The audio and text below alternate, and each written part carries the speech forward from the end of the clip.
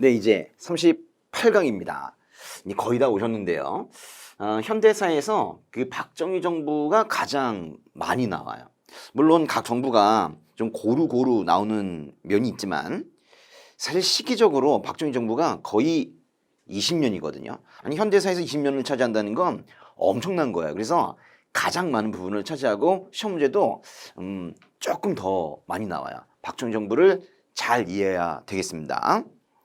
박정희는 이 그림에 있는 것처럼 이렇게 5.16 군사정변, 이 쿠데타로 역사에 등장을 했죠. 아직은 장면 내각 때인데 이때 5.16 군사정변으로 등장해서 그래서 결국 군사정부를 만들게 됩니다. 그리고 나중에 결국 박정희가 대통령이 되죠. 박정희는요 워낙에 오랫동안 있었기 때문에 이 박정희를 두 개로 나누기도 해요.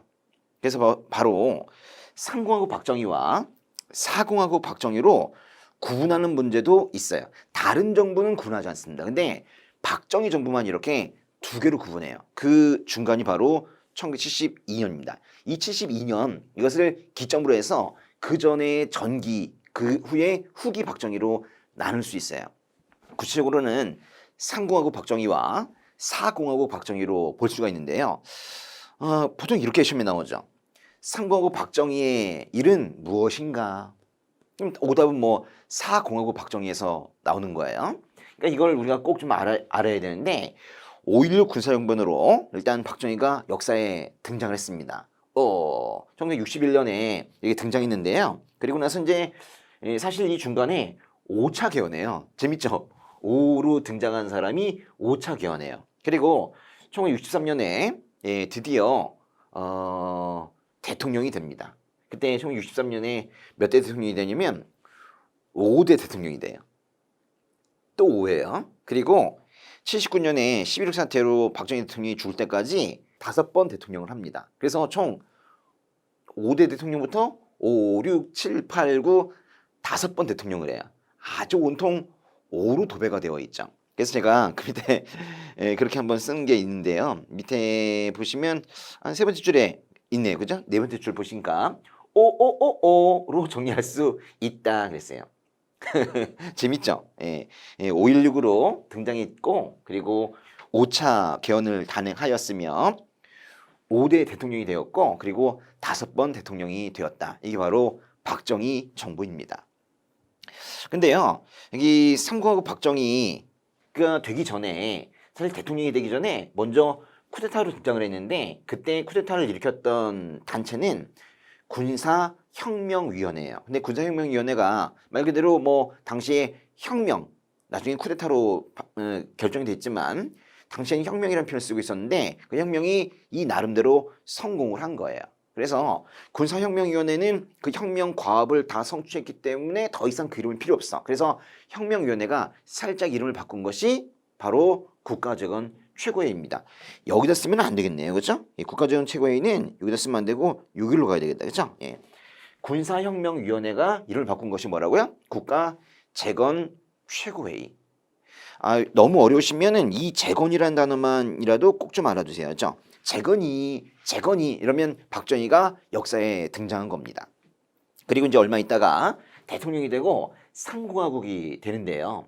이 상공화국 박정희 시대 때 사실은 이거를 한 두 개로 이렇게 나눠보면요. 하나, 둘 이렇게 나눠보면 이게 5년씩 되거든요. 그래서 이때 1차 경제개발 5개년 계획, 2차 경제개발 5개년 계획. 그럼 뭐 다음 거도 마찬가지겠네요. 또 반으로 나눠보면 여기가 바로 3차 경제개발 5개년 계획이고 이 뒤가 바로 4차 경제개발 5개년 계획이에요. 그래서 좀 더 문제를 세분화시킬 때는 이렇게 경제개발 5개년 계획으로 낼 때가 있어요. 만약에 이 부분을 낸다고 하면 뭐로 낼 거예요? 3차 경제개발 5개년 계획 이렇게 내겠죠. 그렇죠? 이게 보시면 삼공화국 박정희 1차, 2차 경제개발 개혁 때는 경공업 중심으로 세상이 돌아갔습니다. 경공업 뭐예요? 경공업 뭐 옷 만들고 가발 만들고 가벼운 물건 만드는 것이 바로 경공업인데요. 이 사공화국 박정희 때 3차, 4차 경제개발 5개년 계획 때는 중공업 중심으로 가게 됩니다. 그래서 아예 경제 체제도 크게 바뀌는 때가 바로 1972년이에요. 아주 중요한 해인데 이때 바로 통일합시다라는 7.4 남북 공동성명이라는 게 생겨요. 나중에 볼 건데요. 72년에 남과 북이 첫 번째 공동성명을 하게 돼요. 7.4 남북 공동성명. 그러면서 남쪽에서 이런 말 합니다. 너희 얼마나 통일이 어려운 줄 알아? 예, 통일을 전담하는 기구를 하나 만들어야 돼. 심지어는 거기가 대통령도 선출할 수 있는 엄청난 권한을 줘야 돼. 그래서 만든 것이 통일주체 국민회의예요. 이 통일주체 국민회의에서 여기서 대통령도 선출하게 됩니다.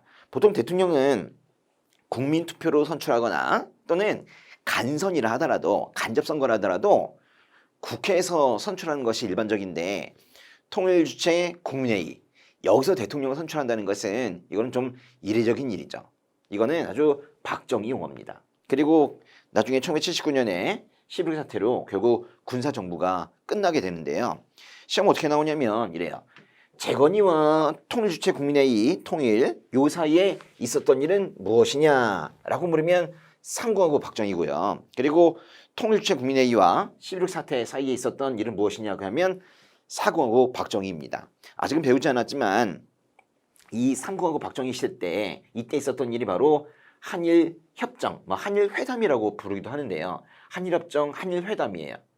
이게 이제 일본과의 국교 정상화를 위해서 한 것인데 왜 일본과 국교를 정상화하느냐? 이래가지고 반대하는 시위가 바로 6.3 시위입니다. 이게 이제 64년이 있었기 때문에 여기로 들어간 거고요. 그리고 당시에 월남, 베트남으로 파병한 것도 이때예요. 미국이 오라고 그랬거든요. 야, 베트남이 공산화 될 것 같아.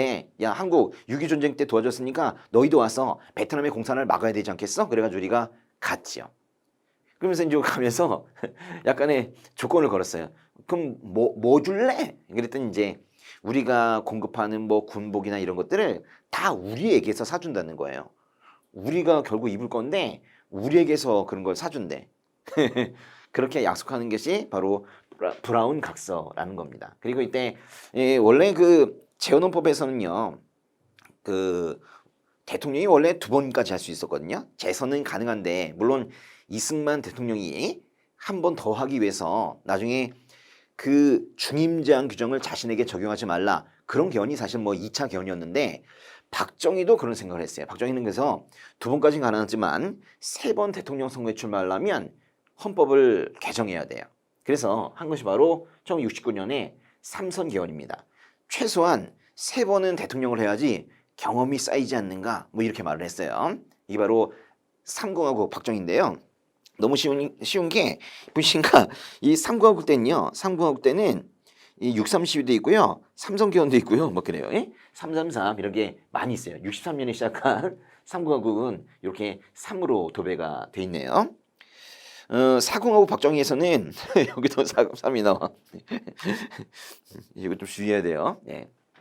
3일 민주국 선언은 사공하고 박정희 때 이때를 우리가 유신체제라고 하는데요. 유신체제에 반대하는 아주 대표적인 민주운동이 바로 이거예요. 사실은 많은데 다른 거 시험에 안 나요. 이 3일 민주국 선언 1976년 3월 1일에 명동성당에서 3.1절 기념미사를 마치고 바로 선언했던 것이 바로 3.1 민주구국 선언입니다. 그리고 그 기간 동안에 있었던 것이 유신체제 기간 동안에 있었던 게 바로 긴급조치예요. 뭐 긴급조치 제1호, 2호, 3호. 그런데 제일 오래간 게 바로 긴급조치 제9호거든요. 9호. 이 말을 좀 알아두셔야 돼. 긴급조치 9호 그러면 사공화국 박정희 때의 일입니다. 이 정도 하시고 이제 내용 볼게요. 좀 어느 정도 구조가 좀 잡혔으면 좋겠습니다. 박정희는 61년에 5.16으로 등장했다. 밑줄 중요한 일이죠. 그리고 군사혁명위원회 이름으로 반공을 국시로 내건 혁명공약을 내걸면서 등장했는데 결국 혁명은 성공했죠. 그래서 이제 드디어 박정희가 대통령이 됩니다. 여기 보시면 3공화국, 4공화국으로 나눠놓고 있죠. 이 두 개를 좀 구분할 수 있는 힘이 좀 있어야 돼요. 3공화국 박정희 정부는 일본과의 국교 정상화를 위해 뭐 했다고요? 한일 협정, 한일 회담, 한일 기본 조약을 추진했어요. 근데 이것이 일본과의 국교 정상화를 한다는 게 사람들에게 반대가 많았거든요. 아니 우리가 일제치하 36년 잊지 못하고 있는데 갑자기 일본과 국교 정상화한다는 게 그게 말이 됩니까? 그래가지고 사람들이 반대했죠. 근데 정부 입장에서는 또 돈이 너무 없으니까 일본에서 돈을 좀 꺼오고 어떤 거 그냥 좀 받고 하는 지원이 또 필요했던 거예요. 그래서 결국 사람들이 시위까지 이루어지게 되는데요. 한일협정에 반대하는 시위가 바로 다음 장에 있는 6.3 시위입니다. 1964년에 6.3 시위가 있었고 그럼에도 불구하고 1965년에 바로 한일협정이 국회 본회의를 통과합니다. 6.3 시위 언제 있었다고요? 64년. 근데 64년을 잘못 읽어가지고 6.3 시위니까 63년 아닌가? 그래도 문제는 맞춰요. 63년과 64년을 구분하라는 문제는 안 나오기 때문에 6.3 시위는 63년 다음엔 64년이긴 한데 그냥 그때쯤으로 생각하시면 돼요. 또 64년부터 73년까지 우리가 베트남에 파병이 됐습니다. 한국의 베트남 파병 요청 누가 했대요? 미국. 야, 저건 정말로 중요한 말이에요. 요거는 동그라미를 이렇게 하나 좀 쳐놓으세요. 미국이 한국을 요청했다. 유엔이 유엔이 요청한 게 아니에요. 베트남 정부가 요청한 거 아니고 미국이 요청을 해서 국가 대 국가와의 그런 요청으로 우리가 간 거예요. 그런데 우리가 가서 베트남에 파병을 하는데 그 조건으로 전쟁터에 각종 장비를 지원받기로 했다. 미국 정부는 그래서 뭘 약속했대요? 브라운 각서. 그죠? 브라운은 우리나라에 들어와 있는 미국 외교관의 이름인데 그 사람이 각서서 준 거예요. 한국이 군대를 파견하면 이것저것 해주겠다고. 그래가지고 이제 우리 쪽에서 당시에 베트남 쪽으로 군복, 군화 이런 게 많이 나갔죠. 그런 걸 뭐라고 하냐면 수출이라고 그래, 수출. 그래서 베트남 파병에 따른 특수로 경기가 활성화되었다. 정말로 특이하죠. 베트남 파병이 오히려 우리나라 경제를 살렸다는 거예요. 일거리가 많아졌다는 거죠. 한국군의 현대화 계획. 월남에 파견되는 추가 병력이 필요한 장비를 제공한다. 다 우리나라가 그렇게 한다는 거예요. 월남이 뭐예요? 월남, 베트남, 그죠? 여러분 월남은 월남쌈 때문에 하죠. 월남쌈. 예? 월남쌈이 다 베트남, 베트남, 월남 그렇게 이제 부르는 거야. 월남이 바로 베트남입니다. 그리고 여기 보니까 파월, 이 파월도 파병한다, 월남에 파병한다, 베트남에 이런 뜻이에요. 그러니까 파월 이런 말을 보더라도 베트남 파병인 거 금방 알 수 있어야 돼요. 거기에 따르는 모든 추가 비용도 원화 경비를 부담한다. 미국이 돈 주겠다는 얘기예요. 이게 바로 뭐라고요? 브라운 각서. 이 브라운 각서가 나오면 이게 바로 베트남 파병에 대한 증거입니다. 또 그 3공화국 때 무슨 일이 있었냐면 바로 6차 개헌이 있었어요. 6차 개헌 바로 삼선 개헌이죠. 최소한 3번은 해야지 경험이 쌓일 거 아니냐 이런 논리가 바로 삼선 개헌입니다. 사실은 더 큰 논리는 이거였어요. 삼선 개헌이 자동으로 되는 것이 아니라 사실은 대통령으로 선출이 돼야지 그 대통령이 되긴 하는 거죠. 그래서 박정희 정부가 내건 논리가 이거예요. 어차피 직선제야. 안 뽑으면 그만이야. 이렇게 말했어요. 뭐 그것도 말은 되죠. 그렇지만 그럼에도 불구하고 법에서 3선은 방지해야 된다. 2선까지만 가능하자라고 해놓은 거죠. 근데 박정희가 그걸 깬 거예요. 이게 바로 6차 개헌입니다. 그래서 이 3선 연임이 가능한 헌법 개정이 추진이 되자 이것에 대한 반대 운동이 많이 있었습니다. 그래서 3선 개헌 반대 투쟁이 많이 전개가 되었죠. 이제 드디어 유신체제, 즉 사공화국이 성립이 되는 겁니다. 여러분 이 표현은 같은 거예요.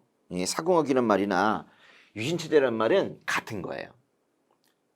1972년 10월에 유신체제가 선포되고 그 다음 달에 헌법까지 개정이 되었어요. 그러니까 그게 몇 차 개헌이야? 7차 개헌이네요. 그죠? 그래서 그 다음에 유신헌법 제7차 개헌이 이루어졌습니다.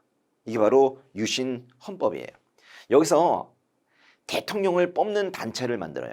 그게 뭐냐면 통일주체 국민회의입니다.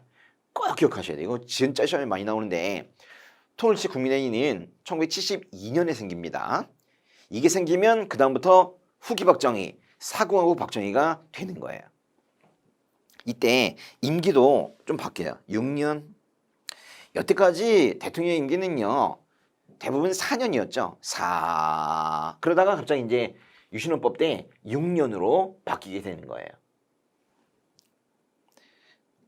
심지어는 대통령이 국회의원의 3분의 1을 추천해요. 그러면 통일칠 국민회의가 3분의 1을 그냥 다 국회의원으로 뽑습니다. 이게 말하자면 박정희와 통일칠 국민회의가 국회 입법권의 3분의 1 정도를 아예 차지하는 거예요. 국회의원의 3분의 1을 대통령이 추천한다고 해도 맞고 통일칠 국민회의가 3분의 1을 다 선출한다고 해도 맞고 그렇습니다. 3분의 1이에요. 1975년에 발동한 긴급 조치는 긴급 조치 9호는 1979년까지 지속이 되었다 그랬는데 긴급 조치는 여러 번이 있었지만 유신 체제 때 어떤 사람들의 기본권을 제한할 수 있는 그런 조치가 바로 긴급 조치인데요. 긴급 조치가 제 9호 이게 가장 오랫동안 지속이 되었어요. 요 말은 좀 알아줬으면 좋겠다.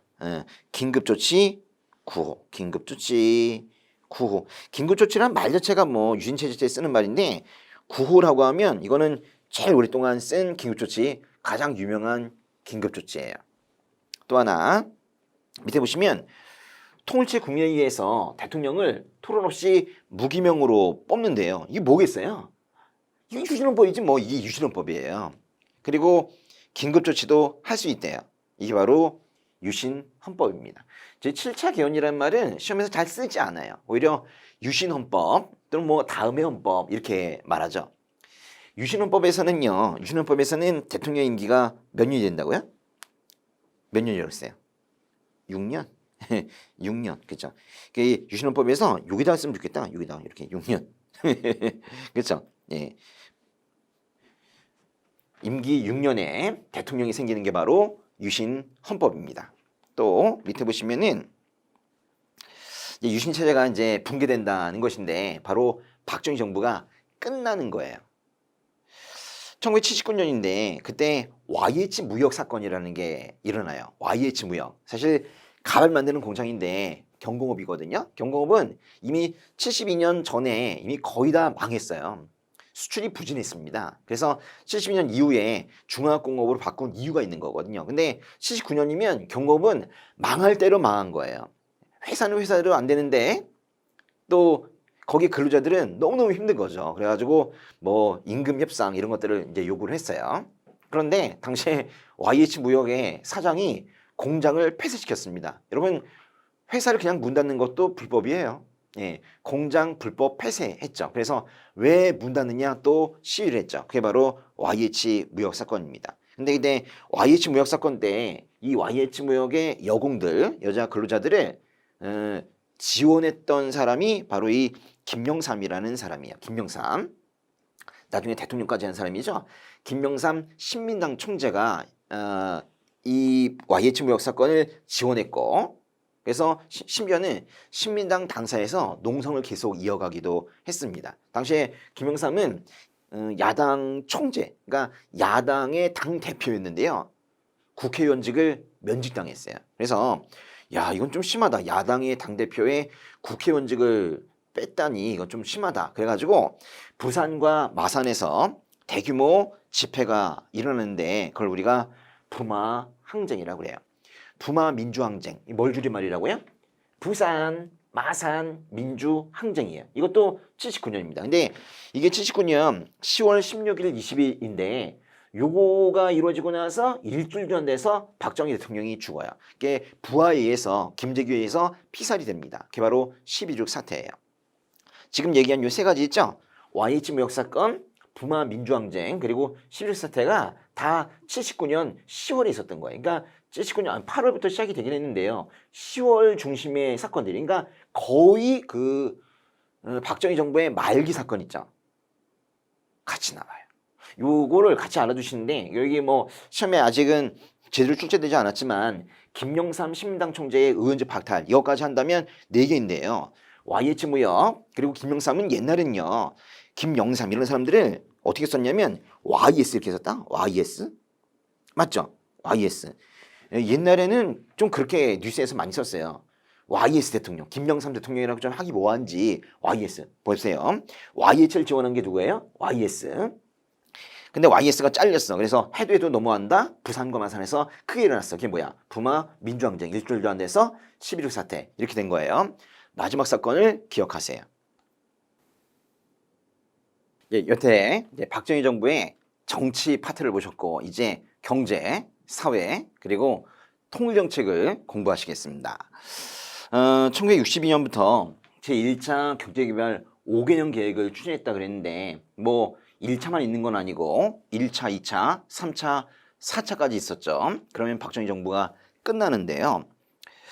1, 2차 경제개발 5개년 계획 때, 요건 좀 알아둬야 되겠죠, 그렇죠? 예, 전기 박정희일 때 어떤 경제의 변화가 있었는가? 바로 이때는 일단은 경공업 중심입니다.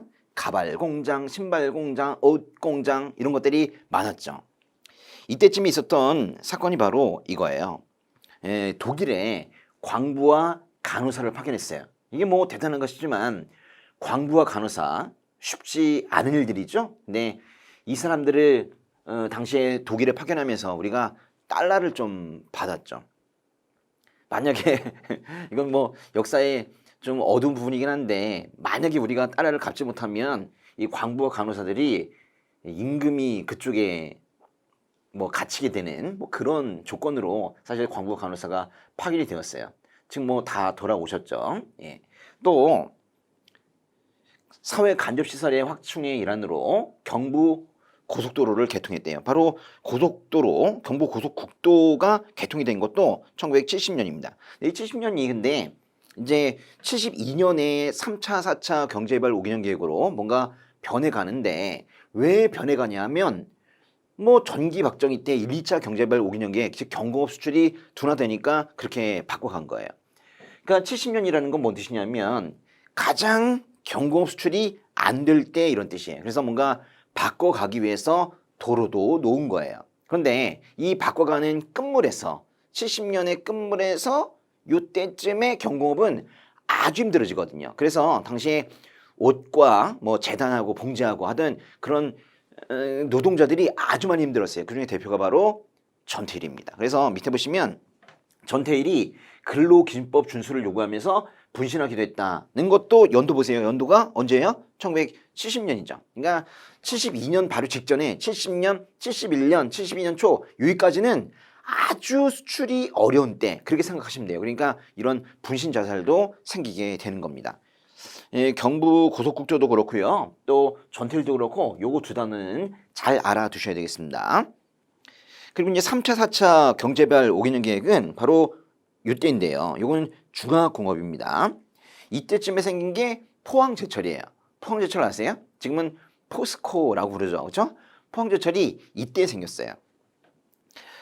근데 이때 그 사실 3차, 4차 경제개발 5개년 계획 때가 바로 정치적으로는 유신체제거든요. 유신체제. 이때 두 차례 오일 쇼크, 석유 파동이 있었어요.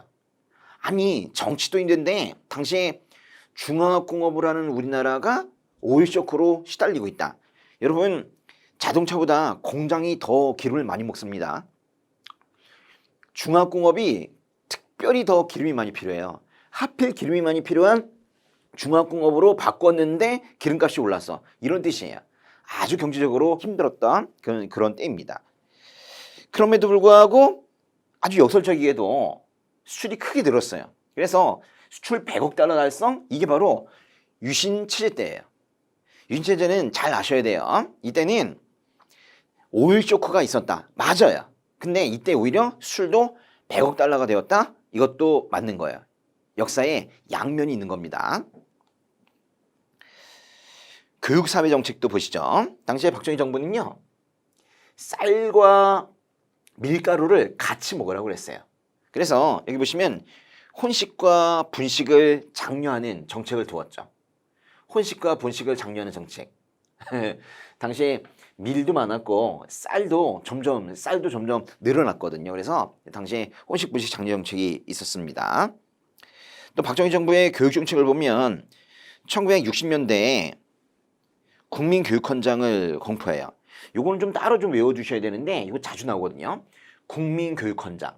이게 다른 말로 하면 국가가 교육도 주도하겠다는 거예요. 뭔가 국가 주도의 교육 정책. 이게 바로 국민교육헌장 낭독으로 이루어진 거예요. 우리는 민족종의 역사적 사명을 띠고 이 땅에 태어났다. 조상의 빛난 날을 오늘에 되살려. 이런 식의 국민교육헌장이 선포되고 각종 의례가 시작이 되고 뭐 그랬어요. 요거는 좀 따로 외우세요. 그렇죠? 국민교육헌장 선포는 요거는 따로 외워주셔야 된다고. 또 그 다음에 중학교 무시험 추첨제가 그때 이루어졌습니다. 중학교를 시험 보지 않고 들어간다는 거야. 누구나 다 들어가라 이런 얘기죠. 또 고등학교도 연합고사와 고교 평준화. 그래서 시험 봐서 들어가는 게 아니라 우리 좀 속된 말로 뺑뺑이라고 하는데요. 그렇게 해서 고등학교도 들어가기 시작했어요. 점점 시간이 지나면서 그렇게 된 겁니다. 근데 중학교 무시험 추첨제는 요거는 60년대예요. 그리고 고교 연합고사와 평준화는 70년대입니다. 뭔 뜻이냐면 중학교는 60년대로 외우시면 될 것 같고 고등학교는 70년대로 외우시면 될 것 같아요. 그런 반면에 여기 보시면 이승만 정부가 50년대에 했던 거는 초등학교 의무교육제예요.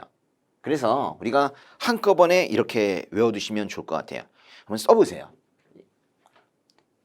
제가 만들어 놓고도 아주 그냥 잘 만든 것 같아요. 규칙이 있습니다. 규칙이. 50년대 초등학교 의무교육제 이승만 정부죠. 60년대 중학교 무시험 추첨제, 그리고 70년대 고등학교 연합고사와 고교 평준화. 이거 두 개가 모두가 다 박정희 정부입니다. 그래서 시험에서 혹시라도 중학교 제도나 고등학교 제도가 나오잖아요. 그러면 박정희 정부로 푸시면 돼요.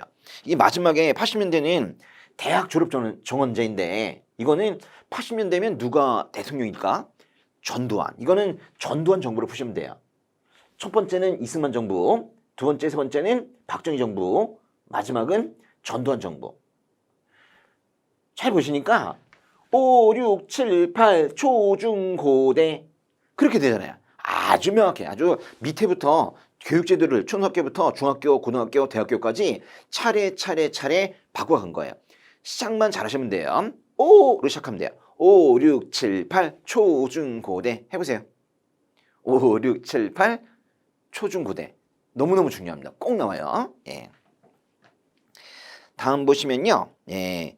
이건 뭐 나오다 안 나오다 그러긴 하는데 혹시 몰라서 합니다. 한 번 나왔었어요. 박정희 정부는 허례허식과 낭비를 없애기 위한 법령으로 뭘 했대요? 가정의례 준칙을 만들었대요. 가정의례 준칙. 그래서 뭔가 제사도 그리고 옷도 좀 간단하게 입자. 뭐 그렇게 한 거예요. 간단하게 하자. 1969년. 이게 바로 삼성개헌이 있던 그 해입니다. 그 다음에 박정희 정부는 농촌 사회의 소득을 올리고 생활환경을 개선하기 위해서 새마을 가꾸기 운동이라는 걸 했는데 가꾸기는 좀 빼고 그냥 새마을 운동 그렇게 부르기도 합니다. 새마을 운동 언제래요? 시작한 게 1970년에 시작을 했어요. 70년 참 많이 나온다 그죠? 70년 경공업 수출이 둔화되던 70년 이제 거의 망해가던 70년 뭔가 돌파구를 찾기 위한 여러 가지 노력도 보이고 있네요. 경부고속도로도 놓고 새마을 운동도 하게 된 거예요. 이제 통일정책 보도록 하겠습니다. 제1차 남북 적십자 회담이 있었는데요. 뭐 대통령끼리 만난 건 아닙니다. 네, 적십자 회담이 있었는데 그 회담이 잘 됐어요. 그래가지고 회담의 결과 발표된 것이 바로 우리나라의 첫 번째 공동성명인 7.4 남북 공동성명입니다. 바로 이거예요. 몇 년도예요? 그 유명한 72년이네. 그치? 7.4 남북 공동성명이 공동성명이니까 북한과 남한에서 말 그대로 동시에 하나, 둘, 셋 성명 발표 이렇게 했다고. 통일되는 줄 알았잖아 우리는. 그래서 이게 정말 통일에 대한 열망을 아주 높여준 그런 성명이기도 했어요. 7.4 남북 공동성명 어떤 내용인지 봐야 돼요. 이게 시험에 나오거든요.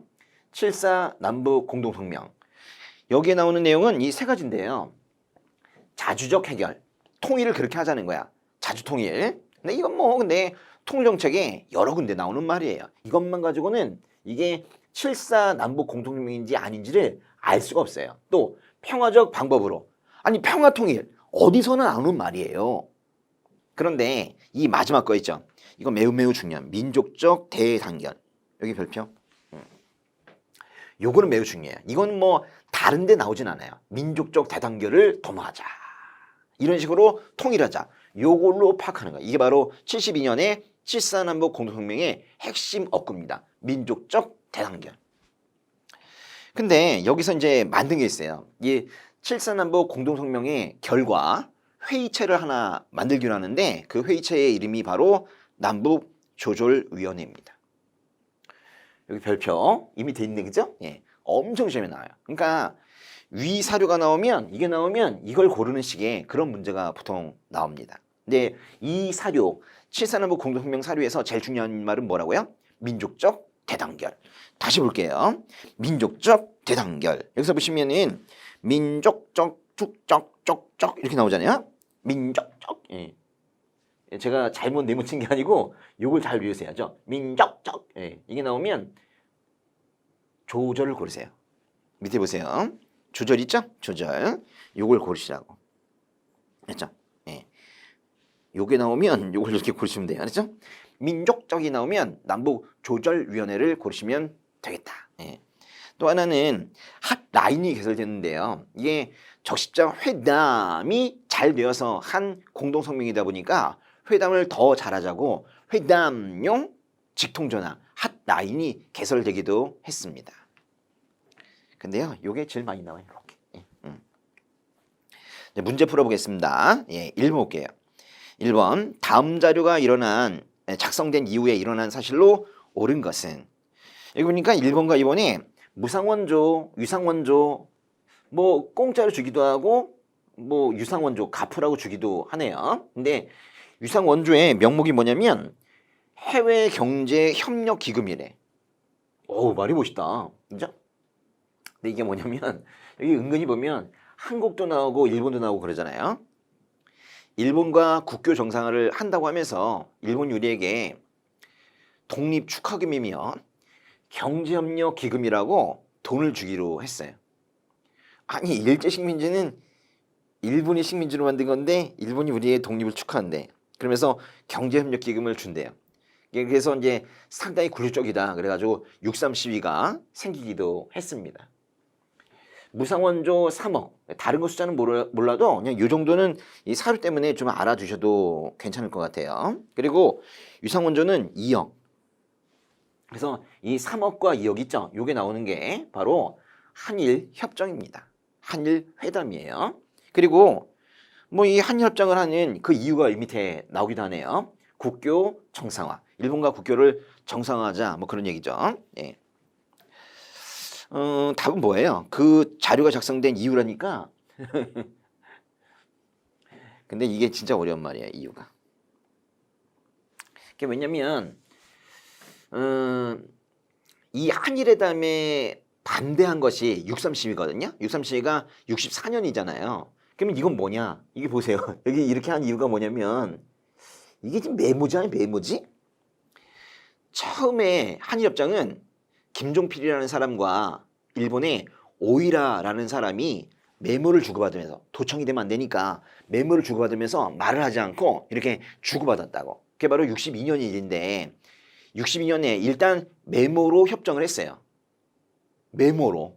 그러다가 64년에 그 내용의 일부가 알려져서 6.3 시위가 있었던 것이고 그럼에도 불구하고 65년에 국회를 통과한 거거든요. 그러니까 이거는 이것 이유라고 하면 이 메모 이유를 말하는 거야. 그러니까 이게 결국 이게 한일협정 이유라고 해도 되는 거예요. 다시 한번 말씀드릴게요. 이거는 요거 다음에 6.3 시위가 있어. 그 6.3 시위 다음에 한일협정이 국회를 통과해. 그러나 메모가 나왔으면 이건 이유라고 하는 게 맞다. 그래서 답은 이걸 거가 돼요. 그렇죠? 6.3 시위가 전개되었다. 그렇죠? 네. 2번 보겠습니다. 2번. 가나 사이의 시기에 있었던 사실로 옳은 것을 보기에서 고른 것은 그랬는데 이건 무지하게 어려운 문제인데 우리가 공부만 제대로 하면 어렵지 않아요. 이건요. 보세요. 국가재건 최고회의. 재건이 누구 단어예요? 박정희 단어죠. 국가재건 최고회의 1961년입니다. 이게 군사혁명위원회가 이름을 바꾼 게 바로 국가재건 최고회의거든요. 그리고 밑에 보시면 통일체 국민회의라는 말이 나왔는데 이게 뭐예요? 심지어는 1972년에 대통령을 선출할 수 있는 권한까지 가지는 거대한 단체가 바로 통일주제 국민회의입니다. 통일, 중요한 말이죠. 통일. 근데 가와 나 사이라고 그랬어요. 그럼 뭐겠어요? 이게 바로 전기박정희 3공화국 박정희를 말하는 거예요. 보세요. 이렇게 지금 구분하고 있잖아요. 거기에 있었던 일이 무엇이냐?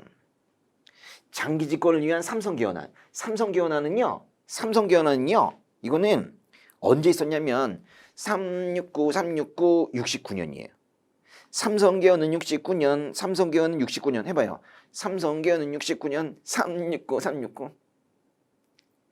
그리고 그러니까 이거는 기억은 답이 되겠네, 그죠? 제2차 석유파동은요 다 사공화국 박정희 때 있었어요. 유신체 때 있었습니다. 그러니까 이거는 그 72년 나 이후에 있었던 일이에요. 또 베트남 파병 이거 되겠네, 그죠? 베트남 파병이 64년부터 있었으니까 됐고요. 베트남 파병은 사실 64년이고 이 브라운 각서 체결은 66년이긴 한데 어쨌거나 3공화국 박정희 때입니다. 이건 리을번은 완전히 다른 거다, 그치? 금융실명제 아직 배우지 않았지만 금융실명제는 이거는 김영삼 정부의 1등 답이기도 합니다. 그래서 답은 기억과 디귿 이래가지고 답은 2번이 되겠다, 그죠? 다시 한번 보겠습니다. 이 3공화국 박정희와 4공화국 박정희를 잘 구분하셔야 되는데 3공화국 때는 재건이와 통일 사이에 3공화국이에요. 그리고 통일과 11.5 사태 사이가 4공화국인데 사실 이쪽이 나오기가 좋죠. 왜냐면은 재건이 사료도 있고 통일이 사료도 있으니까 그 사이에 이런 게 있었다. 한일협정, 베트남 파병, 삼성개헌 이런 게 있었다. 이렇게 내면 되잖아요. 그죠? 그 다음에 3번 보겠습니다. 다음 기념사를 발표한 정부 시기 그랬어요. 다 뭐 현대사도 정부 얘기예요. 사실 뭐 고려 조선은 왕 문제잖아. 어느 왕 때. 그거나 뭐 어느 정부 때라는 현대사 문제나 그게 그거예요. 예. 근데 나왔다, 그지? 국민교육헌장 선포. 제가 아까 쭉 외웠었죠? 우리 민족중흥의 역사적 생명을 띠고 이 땅에 태어났다. 제가 지금도 외우고 있는 이유가 아주 어렸을 때 많이 외웠었거든요. 68년에 국가가 교육 정책을 주도한다는 국민교육헌장이 발표되었습니다. 68년. 이거는 연도를 꼭 좀 외우셨으면 좋겠는데 어쨌거나 여기 뭐 쉬운 문제예요. 정부는 누구겠어요? 박정희 정부죠. 그 있었던 사실로 옳은 것은 박정희 정부의 사실로 옳은 게 뭘까요? 5번 같은데요? 5번? 중학교 제도? 좀 금방 찾아요. 왜냐면 중학교 제도나 고등학교 제도가 나오면 그거는 박정희 정부거든요.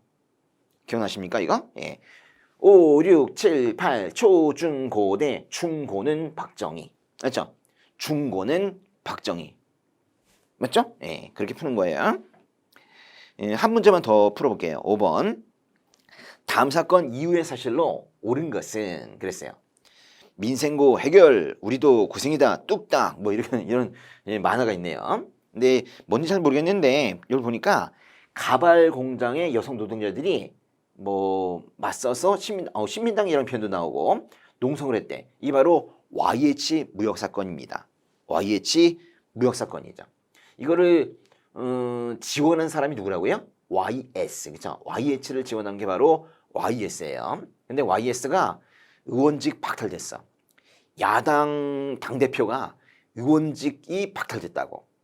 해도 너무한다. 그래서 어디서 항쟁이 일어났어요? 부산과 마산에서 민주항쟁이 일어났죠. 그걸 우리가 부마 민주항쟁이라고 불러요.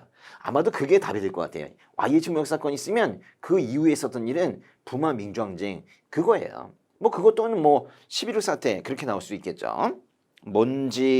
답이 뭔지 한번 보겠습니다. 답이 1번이군요. 그죠? 부마 민주항쟁 이게 답이에요. 이건 단순하게 이것 이후에 이것 이후에 있었던 사실을 고른 게 아니라 사실 이거의 결과 연장선상에 있는 그런 사건을 고르는 겁니다. 예. 박정희 정부 아주 잘 하셨습니다. 여기까지 하겠습니다.